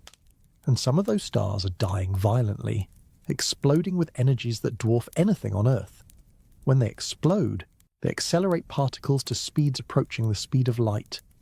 These particles, called cosmic rays, stream through the universe in all directions. Some of them reach Earth. When a cosmic ray particle strikes the upper atmosphere, roughly 15 kilometers above the surface, it collides with atoms of nitrogen and oxygen. The collision produces a cascade of secondary particles, a shower of debris raining down through the atmosphere. Among these secondary particles are muons. A muon is like an electron but heavier, about 200 times heavier. It carries a negative electrical charge. It moves at nearly the speed of light, and it lives for only about 2 microseconds before decaying into other particles. 2 microseconds sounds brief, but at nearly the speed of light, a muon can travel several kilometers before it decays, enough to reach the surface of the Earth, enough to pass through buildings, through mountains, through pyramids. Muons interact weakly with matter. They pass through most materials almost as if those materials were not there, but not quite. Some muons are absorbed. The denser the material, the more muons get stopped. This simple fact is the basis of muon tomography. If you place a detector beneath a solid structure, you can count the muons arriving from different directions. Regions where more muons arrive are less dense. Regions where fewer muons arrive are more dense. By accumulating data over time, you can build an image of the density variations above. You can see through stone. The technique was pioneered in the 1950s and 60s. In 1955, Australian physicist Eric George used muon detection to measure the overburden of rock above an underground tunnel. In 1968, American physicist Luis Alvarez, a Nobel Prize winner, applied the technique to the Pyramid of Khafre at Giza. Alvarez placed a muon detector in the chamber beneath the pyramid and counted muons arriving through the monument above. He was looking for hidden chambers.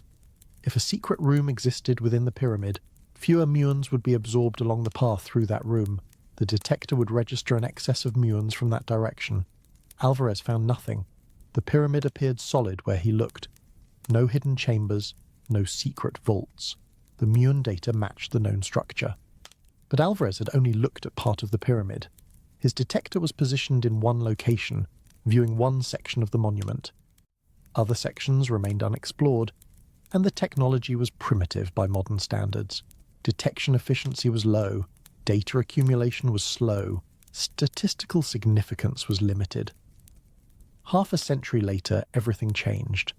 The Scan Pyramids project, launched in 2015, brought 21st century muon detection to the pyramids of Giza. 3 independent teams used 3 different technologies. The first team, from Nagoya University in Japan, used nuclear emulsion films. These are sheets of photographic material sensitive to the passage of charged particles. When a muon passes through the film, it leaves a track that can be developed and analysed. The films are passive detectors. They require no power, no electronics. They simply accumulate tracks over time. After exposure, the films are removed and scanned under microscopes. The tracks are counted and their directions determined. The second team, also from Japan, from the Keck High Energy Accelerator Research Organization, used scintillator hodoscopes. These are active electronic detectors. When a muon passes through a scintillator, it produces a tiny flash of light. Photodetectors register the flash. Electronics record the timing and position. By stacking multiple layers of scintillators, the direction of each muon can be reconstructed. The third team, from the French Alternative Energies and Atomic Energy Commission, used gas detectors positioned outside the pyramid. These detectors contained chambers filled with gas. When a muon passes through, it ionizes the gas, creating a trail of charged particles that can be detected electronically. 3 teams, 3 technologies, 3 independent data sets. All 3 found the same thing. Above the Grand Gallery, in a region where no chamber was previously known to exist, there was an anomaly. Too many muons were getting through. Something was less dense than it should be. The big void. The statistical significance was overwhelming. The probability of a false positive was negligible. 3 independent methods, analysed by 3 independent teams, all pointed to the same conclusion. There is empty space inside the Great Pyramid where no empty space was known to exist. The discovery was announced in November 2017 in the journal Nature. It made headlines around the world. For the first time since the 19th century, a major new internal structure had been found within the most famous monument on Earth. But finding is not the same as understanding. Muon tomography tells you about density. It does not tell you about shape. It does not tell you about contents. It does not tell you about purpose. The big void appears to be at least 30 meters long. It may be longer. Its cross-section appears similar to the Grand Gallery below it. But is it horizontal or inclined? Is it a single continuous space or multiple separate voids? Is it a deliberately constructed chamber or a gap left during construction? The Muon data cannot answer these questions definitively. The resolution is limited. The viewing angles are constrained. More data from more positions would help refine the picture, but even then, Muon tomography cannot reveal what is inside the void. For that, you would need to enter it, and entering it would require breaching the pyramid. The Scan Pyramids team continued their work after the Big Void announcement. They repositioned detectors. They accumulated more data. They focused on the anomaly detected behind the chevrons on the north face above the original entrance. In March 2023, they published their findings on this smaller void. The Muon data showed a corridor approximately 9 meters long, 2 meters wide, 2 meters high. The shape was more clearly defined than the Big Void. The position was more precisely located. Using this information, the Egyptian authorities authorized a minimally invasive exploration. A small hole was drilled through the stonework. An endoscope was inserted. A camera captured images of the interior. For the first time since the pyramid was sealed 4,500 years ago, human eyes looked into this space. The images showed a corridor with a gabled ceiling, following the slope of the chevrons above. The walls were roughly finished limestone. The floor appeared clean, free of debris. No artifacts were visible. The passage appeared to continue beyond what the camera could see, ending at what might be a wall or might be a turn. The discovery raised more questions than it answered. Where does the corridor lead? What is its purpose? Does it connect to other passages? Does it lead to a chamber? The endoscope could only see so far. The drill hole was small. Full exploration would require enlarging the opening or drilling additional holes. The Egyptian authorities have been cautious about further invasive measures, and so the mystery remains. Muon tomography has proven its value. It found the Big Void. It characterized the north face corridor. It demonstrated that unknown spaces exist within monuments that have been studied for centuries. But the technique has limitations. Muons rain down from above. They provide good imaging of structures that lie between the detector and the sky, but they cannot easily image structures that lie beneath the detector. The subterranean chamber below the Great Pyramid, the Osiris shaft, the proposed tunnels extending deep into the bedrock, these are difficult or impossible to study with downward-looking Muon detectors. Different geometries are possible. You can place detectors beside a structure rather than beneath it. You can look for muons that have passed horizontally through the material. The Scan Pyramids team positioned detectors outside the pyramid to obtain different viewing angles, but the technique becomes less effective as the path length through dense material increases. Imaging structures 2,000 feet below the surface, as the Italian team claim to have done, is beyond the capability of a Muon tomography as currently practiced. Muons lose energy as they pass through rock. At sufficient depths, too few muons survive the journey to provide useful data. Other imaging technologies complement muon detection. Ground-penetrating radar sends radio waves into the ground and analyzes the reflections.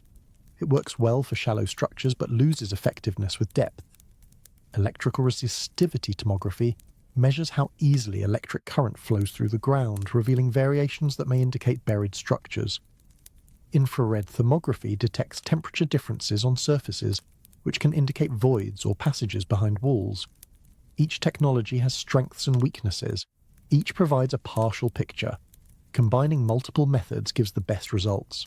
The Scan Pyramids project used Muon tomography, infrared thermography, and three-dimensional modeling. The Japanese-Egyptian team that found the L-shaped structure in the Western Cemetery used ground-penetrating radar and electrical resistivity tomography. Future projects will likely combine these and other techniques. The goal is to see without digging, to understand without destroying, to reveal secrets that have waited millennia without damaging the monuments that hold them. It is a delicate balance. The pyramids are irreplaceable. Every drill hole, every excavation, every intervention carries risk. The treasures they may contain must be weighed against the certain damage that exploration causes. Muon tomography offers a middle path. It is completely non-invasive. It damages nothing. It simply counts particles that were going to pass through the pyramid anyway. Cosmic rays created in stellar explosions billions of years ago. Muons born in the upper atmosphere 15 kilometers overhead. Particles that live for 2 microseconds and travel at nearly the speed of light. These messengers from the cosmos are teaching us about a monument built by human hands 4,500 years ago. The universe is revealing the secrets of the pharaohs, particle by particle, mon by mon. The picture emerges from the stone, and we watch in wonder as the ancient past becomes visible through the lens of modern physics. The pioneers who built the pyramids could not have imagined such technology. They worked with copper tools and human muscle and the unlimited labour of a god-king's subjects. Yet their creation endures, and our technology, born of sciences they never dreamed, now peers into the heart of their greatest achievement. What will we find? The moons keep falling. The detectors keep counting. The answers keep emerging. Slowly. Particle by particle. The truth comes to light. Chapter 8. The Hall of Records and the Mystics. In 1933, a man lay on a couch in Virginia Beach, Virginia. His eyes were closed. His breathing was slow and regular. He appeared to be asleep, but he was speaking. His name was Edgar Cayce. He called himself a psychic. His followers called him the sleeping prophet, and in that trance state, lying on that couch, he described things that no one else could see. He spoke of Atlantis, the legendary island civilization that supposedly sank beneath the waves 12,000 years ago. He said that refugees from Atlantis had fled to Egypt, bringing their advanced knowledge with them. They had built the Great Sphinx, they had constructed the pyramids, and they had hidden their wisdom in a secret repository beneath the Giza Plateau. He called it the Hall of Records. According to Cayce, the Hall of Records was a chamber located beneath the Sphinx, connected by a passage to the Great Pyramid. It contained records of Atlantean history, Atlantean science, Atlantean spirituality. It held the answers to questions that humanity had forgotten how to ask, and it would be discovered, Cayce predicted, in 1998. The prediction electrified certain communities, people who believed in lost civilizations, ancient wisdom, hidden knowledge, people who felt that mainstream archaeology was missing something important, people who wanted to believe that the past held secrets that could transform the future. 1998 came and went. The Hall of Records was not discovered. The passage beneath the Sphinx was not found. The Atlantean wisdom remained hidden, if it existed at all. But the idea did not die. The Hall of Records became one of the most persistent legends in alternative Egyptology. Books were written about it. Documentaries were filmed. Expeditions were organized to find it. And mainstream archaeologists rolled their eyes. Edgar Cayce was not a scientist. He was not a historian. He had no training in Egyptology. His pronouncements were made in trance states that cannot be verified or replicated. His claims about Atlantis contradicted everything known about geology, archaeology, and human history. The story of Atlantis itself comes from Plato, the Greek philosopher, who wrote about it in the 4th century BC. Most scholars believe Plato invented Atlantis as a literary device, a cautionary tale about the hubris of powerful civilizations. There is no archaeological evidence for a technologically advanced civilization existing 12,000 years ago, let alone one that sank beneath the Atlantic Ocean.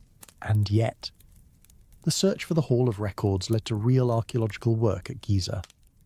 In 1978, the Association for Research and Enlightenment, an organization founded to promote Cayce's teachings, cooperated with the SRI International in an effort to detect possible chambers in the bedrock beneath the Sphinx. They used ground-penetrating radar. They found anomalies near the pores of the Sphinx. They drilled test holes. They found only natural fissures in the rock.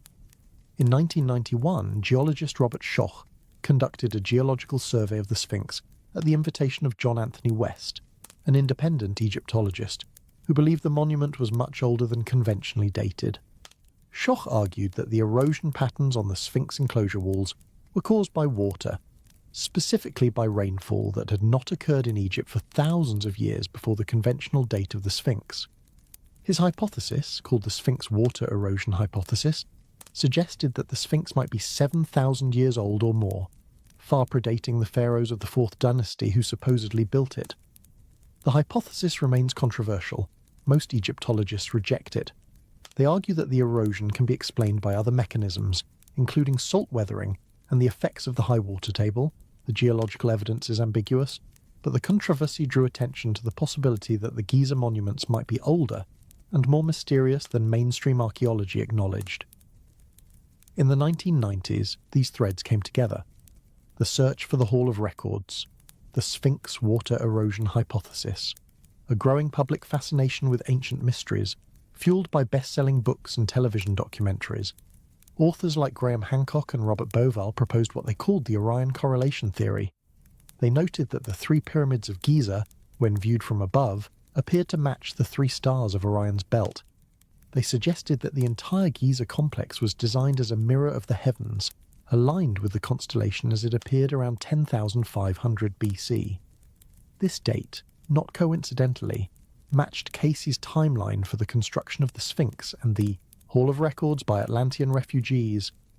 The theories were speculative, the astronomical alignments were imprecise, the dates conflicted with all archaeological evidence, but the books sold millions of copies. The documentaries drew massive audiences.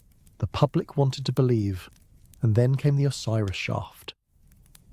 In 1999, the same year that Casey's prediction had specified, Zahi Hawass excavated the Osiris shaft to its lowest level. He found an underground island surrounded by water, with a massive sarcophagus at its centre. This was not the Hall of Records. It was not connected to the Sphinx. It did not contain Atlantean wisdom. But it was an underground chamber at Giza that had been inaccessible for millennia. It was a discovery that seemed to validate the idea that hidden spaces existed beneath the plateau. The believers seized on it. See, they said, there are underground chambers. The ancient writers were right. Herodotus was right. Maybe Casey was right too. Mainstream archaeologists pushed back. The Osiris shaft dated to the late period, they said, roughly 500 BC. It was not built by Atlantean refugees. It was not connected to any Hall of Records. It was a symbolic tomb for the god Osiris, constructed by Egyptians who lived 2,000 years after the pyramids. The debate continued. It continues still. What are we to make of the Hall of Records? On one hand, it is clearly a modern myth. Edgar Cayce invented it in the 20th century. There is no ancient Egyptian text that describes such a repository. There is no archaeological evidence for its existence. The predictions associated with it have failed to come true. On the other hand, the underlying intuition that secret chambers might exist beneath Giza has proven correct. The Osiris shaft exists. The Big Void exists. The North Face corridor exists. The L-shaped structure in the Western Cemetery exists. Underground anomalies keep being detected. The mystics asked the right question for the wrong reasons. Is there hidden knowledge beneath the pyramids? Probably not in the form Cayce imagined. Probably not Atlantean records inscribed in a lost language. Probably not spiritual wisdom that will transform humanity. But there may be chambers we have not yet found. There may be artifacts we have not yet recovered. There may be inscriptions we have not yet read. The pyramids were built to preserve their occupants for eternity.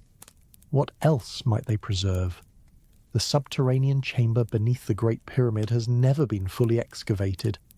The passage extending south from it has never been explored beyond its visible end. The pit in its floor has never been cleared to bedrock. The Big Void has never been entered. Its contents, if any, remain unknown. The corridor behind the chevrons continues beyond what the endoscope could see. Its terminus has not been reached. The Osiris shaft has been partially reflooded in recent years. Its lowest chamber is once again difficult to access. The L-shaped structure in the Western Cemetery has not been excavated. Somewhere beneath the Giza Plateau, in chambers we have detected but not explored, in passages we suspect but cannot prove, secrets wait. Not Atlantean secrets, not mystical secrets, but historical secrets, archaeological secrets, The secrets of how the pyramids were built and why. The secrets of what the ancient Egyptians believed about death and eternity. The secrets of their kings and their gods. These secrets are worth finding. They are worth the careful, patient work of legitimate archaeology. They are worth the sophisticated technology of muon detection and ground-penetrating radar. They are not worth the fantasies of sleeping prophets and the sensationalism of alternative historians. The Hall of Records is a myth, but myths sometimes point toward truths. The myth that something lies hidden beneath Giza has proven true, even if the specifics of the myth are false. We should keep looking, we should keep scanning, we should keep asking questions. But we should ask those questions scientifically. We should seek answers through evidence and methodology. We should not confuse what we want to find with what is actually there. The pyramids are magnificent enough without inventing Atlantis. The truth of what lies beneath them is mysterious enough without adding mysticism.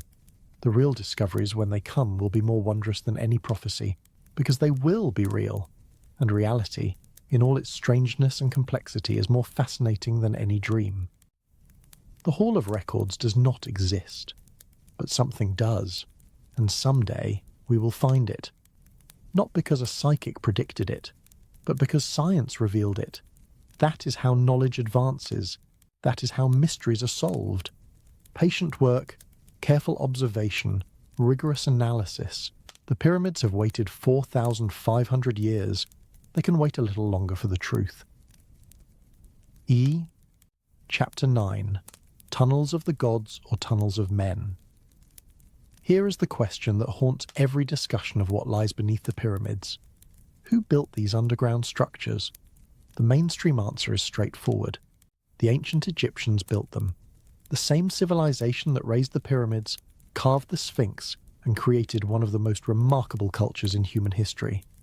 They had the knowledge, the organization, the labor force, and the motivation to construct elaborate underground chambers. The evidence supports this answer. The artifacts found in the Osiris shaft date to known periods of Egyptian history. The pottery is Egyptian. The sarcophagi are Egyptian. The hieroglyphic inscriptions use Egyptian language and symbols. The construction techniques match known Egyptian methods. Case closed. But there are anomalies that do not fit neatly into this picture. Questions that mainstream Egyptology prefers not to address. Details that suggest the underground world of Giza may be more complex than the simple narrative allows. Consider the subterranean chamber beneath the Great Pyramid. According to the standard interpretation, this chamber was abandoned during construction when the pharaoh changed his burial plans. Work simply stopped. But the chamber shows no signs of hasty abandonment. The ceiling is finished, smooth and level. The walls are cut cleanly. Only the floor remains rough, and even that roughness appears deliberate rather than random. The two mounds, the trench between them, the pit, the dead-end passage, all of this looks more like intentional design than incomplete work. Consider the Osiris shaft. The artifacts found there date to the late period, roughly 500 BC. But the construction of the shaft itself raises questions. The precision of the cuts, the depth of the excavation, the sheer ambition of carving such a structure through solid limestone. Hawass and other Egyptologists attribute the entire shaft to the late period. But some researchers note that the construction technique of the deepest level differs from typical late period work. The massive granite sarcophagus weighs between 10 and 15 tons. Moving such a weight down a narrow vertical shaft, through water that has historically flooded the lower levels, would have been extraordinarily difficult. Is it possible that the core structure of the Osiris shaft is older than the artifacts found within it? That later Egyptians reused and expanded an existing structure rather than building from scratch? This is speculation. We cannot prove it, but we cannot disprove it either. Consider the broader pattern of underground construction at Giza. The plateau is riddled with shafts, tunnels, quarries, and chambers. Some are well documented, others remain unexplored. The relationships between these features are poorly understood. Medieval Arab writers describe tunnels connecting the three major pyramids. Modern archaeology has found no evidence of such connections. But has anyone looked systematically? Has anyone mapped the entire underground network with modern imaging technology? The answer is no. Partial surveys have been conducted.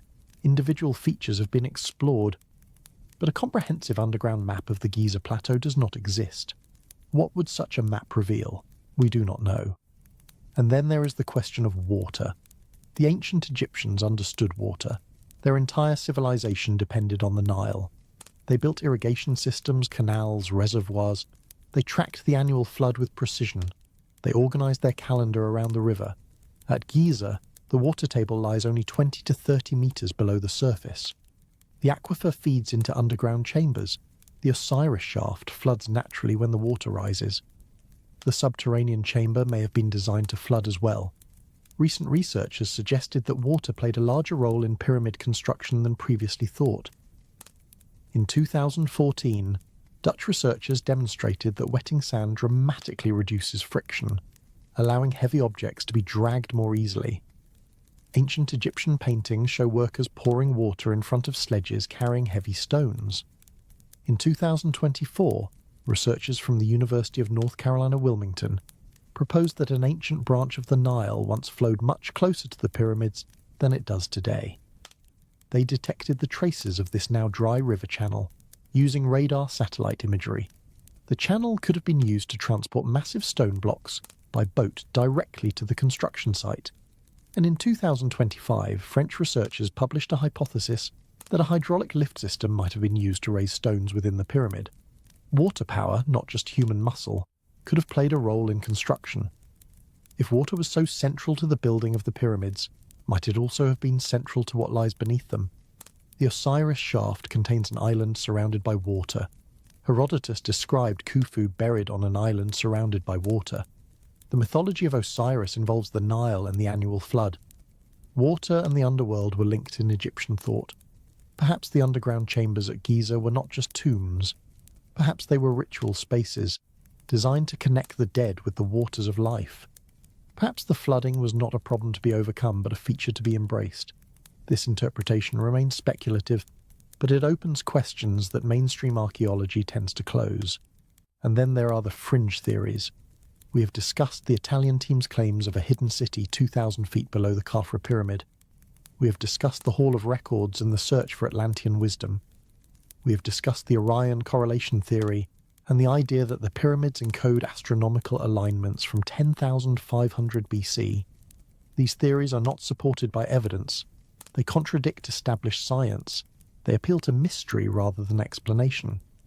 But they persist because mainstream archaeology has not fully explained the pyramids either.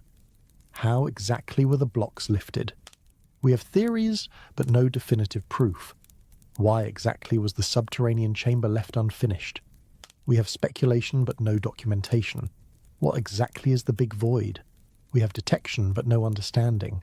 The gaps in our knowledge create space for alternative explanations. When mainstream science says we do not know, fringe theorists rush in with we do know. It was Atlantis, it was aliens, it was lost technology. This is not helpful. Wild speculation is not better than honest uncertainty. But it is understandable. People want answers. When official sources cannot provide them, unofficial sources will. The solution is not to dismiss the questions, but to answer them. To conduct the research that will fill the gaps. To explore the chambers that remain sealed. To map the tunnels that remain unexplored. To use every tool of modern technology to understand what the ancients built and why. The underground world of Giza was built by humans. We can be confident of that. The evidence points consistently to Egyptian construction over a period of centuries. But which humans? When exactly? For what purposes? These questions are not fully answered. The subterranean chamber may have been begun during the reign of Khufu, around 2580 BC. The Osiris shaft may have been constructed or expanded during the late period, around 500 BC. The interval between these dates is more than 2,000 years. What happened during those 2,000 years? What was built and forgotten? What was destroyed and lost? What remains beneath the sand waiting to be found? The tunnels of Giza are tunnels of men, but men who lived across millennia. Men whose names we will never know. Men whose purposes we can only guess. They left their work in the stone, the chambers and passages, the shafts and corridors, the empty sarcophagi and mysterious dead ends. They left their mysteries for us to solve. and we are still solving them, slowly, generation by generation, technology by technology. Each discovery raises new questions. Each answer leads to new mysteries. That is the nature of archaeology. That is the nature of the pyramids. The tunnels go deeper than we know. The secrets extend further than we have reached, and the truth, whatever it may be, lies somewhere in the darkness below. Tunnels of the gods? No, tunnels of men. Men who were mortal. Men who died. Men whose bodies have long since turned to dust. But men whose works endure. 4,500 years and counting. The tunnels remain. The questions remain. And we remain, asking them, as we always have, as we always will, until the last chamber is opened, until the last passage is explored, until the pyramids finally give up their dead, if they ever do. Chapter 10. What Still Lies Hidden. We have travelled deep beneath the Giza Plateau. We have descended through the subterranean chamber and wondered at its unfinished floor. We have followed the Osiris shaft to its island surrounded by water. We have peered through muon data at the big void hidden within the Great Pyramid. We have traced the lost labyrinth of Herodotus to its resting place beneath the sands of Hawara. Now we must ask the final question. What still lies hidden? The honest answer is that we do not know, and that uncertainty is itself the most important finding of this investigation. After more than 2 centuries of systematic archaeology, after deploying ground-penetrating radar and muon tomography, and satellite imaging and artificial intelligence, after excavating tombs and mapping temples and decoding hieroglyphics, we still do not fully understand what lies beneath the pyramids. We know that chambers exist. We have found some. We have detected others. We suspect more, remain undiscovered. We know that tunnels exist. Some have been explored. Others end in blank walls that may or may not conceal further passages. Still others have been detected by technology but never entered. We know that water plays a role we do not fully understand. The aquifer beneath the plateau feeds into underground chambers. The ancient Egyptians incorporated water into their ritual spaces. The relationship between the monuments above and the water below remains mysterious. But what specifically might still be found? Let us consider the possibilities. The big void inside the Great Pyramid has never been entered. Its contents, if any, are unknown. The Scan Pyramids team detected it through muon tomography, but could not determine its exact shape or purpose. Is it a deliberately constructed chamber, perhaps containing artifacts or remains? Or is it a construction gap, empty by design, serving only structural purposes? We do not know. The Egyptian government has been cautious about authorizing invasive exploration. Any attempt to enter the void would require drilling through ancient stonework. The risks of damage must be weighed against the potential for discovery. But someday, someone will look inside. The technology exists. The curiosity exists. The question is when, not if. What will they find? Perhaps nothing. Empty stone and stale air. Perhaps something extraordinary. A second burial chamber. Artifacts sealed since the reign of Khufu. Inscriptions that answer questions we have asked for centuries. We will not know until we look. The corridor behind the chevrons on the north face has been imaged with an endoscope. We have seen its gabled ceiling and rough-hewn walls, but the camera could not see to the end of the passage. Something lies beyond. A wall, a turn, another chamber. What is it? Zahi Hawass has speculated that this corridor could lead to the true burial chamber of Khufu. The king's chamber, he suggests, may have been a decoy, intended to distract tomb robbers, while the real burial lay hidden elsewhere. This is speculation. We have no evidence that another chamber exists, but we have no evidence that it does not exist either.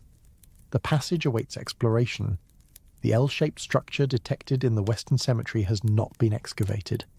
Ground-penetrating radar revealed its outline in 2024. A shallow structure filled with sand, a deeper anomaly beneath. What is it? The researchers who found it have called for excavation.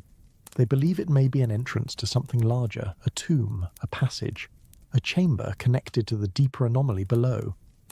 The Egyptian authorities have not yet authorized a dig. The structure waits beneath the sand as it has waited for millennia. Someday shovels will break ground. Someday we will see what the radar detected. What will we find? The Osiris shaft has been partially reflooded in recent years. The water table has risen. The lowest chamber, with its island and sarcophagus, is once again difficult to access, but the shaft holds secrets that were never fully investigated. The tunnel extending from the west wall of the second level runs for about 6 meters before ending. Or does it? The passage was explored by sending a small boy through because adults could not fit. He reported a dead end. But was the passage fully examined? Could there be a sealed door, a blocked continuation? Similar questions apply to passages throughout the underground world of Giza. Dead ends that may not be dead, walls that may conceal openings, rubble that may hide tunnels. How much has been explored? How much remains? Beyond Giza itself, the lost labyrinth of Hawara waits to be excavated. Ground-penetrating radar detected a large underground structure in 2008. The site matches the location described by Herodotus. The scale matches his account of 3,000 chambers, but no excavation has been permitted. The site lies in agricultural land. The water table is high. The political and logistical challenges are significant. If the labyrinth were excavated, what would we find? Herodotus said half the chambers were above ground and half below. The above-ground portion was destroyed long ago, quarried for its stone. But the underground portion, cut into bedrock, might survive. 3,000 years of silence. 1,500 chambers waiting in the darkness. Tombs of kings. Tombs of sacred crocodiles. Hieroglyphs and paintings that no human eye has seen since antiquity. This is speculation. The underground chambers may be flooded. They may have collapsed. They may contain nothing but empty stone. But they may contain wonders. We will not know until we dig. And then there are the unknowns we cannot even imagine. Every major discovery in Egyptian archaeology has been a surprise. Howard Carter did not expect to find Tutankhamun's tomb intact. The Scan Pyramids team did not expect to find the Big Void. The Japanese Egyptian researchers did not expect to find the L-shaped structure. What else might be found that no one is looking for? The Giza Plateau covers a vast area. The pyramids and their associated temples are only the most visible features. Beneath the sand, beneath the tourist paths, beneath the structures we have studied for centuries, other structures may exist. Private tombs never excavated, underground quarries never mapped, ritual spaces never documented, passages connecting features we thought were separate. The plateau has been inhabited for at least 5,000 years. Humans have built, destroyed, rebuilt, and forgotten. Each generation has left traces. Most of those traces are buried. What lies beneath? We're only beginning to find out. The technology continues to improve. More detectors become more sensitive. Radar penetrates deeper. Satellite imaging resolves finer details. Artificial intelligence identifies patterns that human eyes might miss. Each advancement opens new possibilities. Structures invisible to one generation become detectable to the next. Our grandchildren will have tools we cannot imagine. They will ask questions we have not thought to ask. They will find things we do not know are missing. The pyramids are patient. They have outlasted empires. They have survived invasions, earthquakes, tomb robbers, and tourists. They have watched human civilization rise from bronze tools to particle physics. They will outlast us too, and they will keep their secrets until we are ready to receive them. This is the final lesson of what lies beneath the pyramids. We are not finished. We are not close to finished. We are still at the beginning. Every answer raises new questions. Every discovery reveals new mysteries. Every chamber opened shows us how many chambers remain closed. The ancient Egyptians built for eternity. They succeeded beyond their wildest dreams. 4,500 years later, their works still stand. Their secrets still endure, and we still search. In the darkness beneath the monuments, in the water that fills the shafts, in the stone that blocks the passages, in the voids that moons reveal. We search for understanding, we search for connection, we search for the truth of who we are and where we came from. The pyramids do not care about our search. They are stone. They are silent. They simply exist. But we care. We need to know. We cannot rest while mysteries remain. That is what makes us human, and that is why, generation after generation, we return to Giza. We bring our tools and our questions. We dig and we scan and we analyze. And slowly, incrementally, the secrets emerge. Not all of them, not even most of them, but some. Enough to keep us searching, enough to keep us wondering, enough to remind us that the past is not dead. It is not even past. It lives beneath our feet, waiting to be found. What lies beneath the pyramids? The dead, the divine, the dreams of a civilization that believed in eternity. And us. We are down there too, in a sense. Our curiosity, our science, our endless reaching toward understanding. The pyramids are mirrors. They reflect back what we bring to them. Bring ignorance, and you see only stone. Bring wonder, and you see infinity. The choice is ours. The search continues. If you have enjoyed this deep investigation into the mysteries beneath the pyramids, please like this video and subscribe to the channel. Your support makes these detailed explorations possible. Tell me in the comments, what do you think lies hidden beneath Giza? The true burial chamber of Khufu? A network of tunnels connecting the monuments? Something we have not yet imagined? And which ancient site should we investigate next? The underground chambers of the Valley of the Kings, the flooded tunnels beneath the temples of Karnak, the mysterious shafts of Saqqara. These places are not just tourist attractions. They are time capsules, messages from the ancient world to the future. We are the future they were speaking to. Let us listen. Thank you for watching. The pyramids wait, the secrets wait, and we will keep searching until we find them.